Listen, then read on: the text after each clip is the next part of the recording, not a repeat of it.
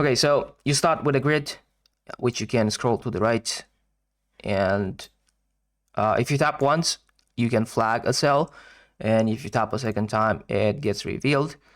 What the numbers mean is that around this number, so in one of these squares, there's 2 mines.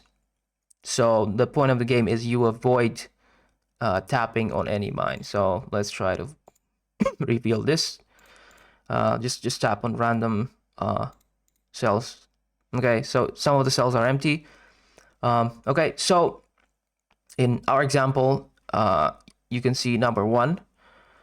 So in this cell, for example, it means around it there's 1 mine. All cells around it are revealed, so we know that the only possibility that we have left is this cell, and we know there's 1 mine, so we are certain that there's a mine in here. So we're gonna flag that.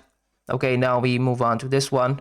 It means there's only 1 mine around this number, so we cannot have 2 mines. So since we already know there's a mine here, there cannot be a mine in here, since there can only be 1 mine, right? Because of number 1. So we're just gonna reveal this number. Okay, and the same story. So we know there's only 1 mine around this number, which means these 2 are probably not mined. So yeah, that's how you play the game. You have to flag the mines and reveal as many cells as you can, and yeah, just avoid tapping the mines. You get a point for each individual cell you reveal, and the game is, you can play the game infinitely basically.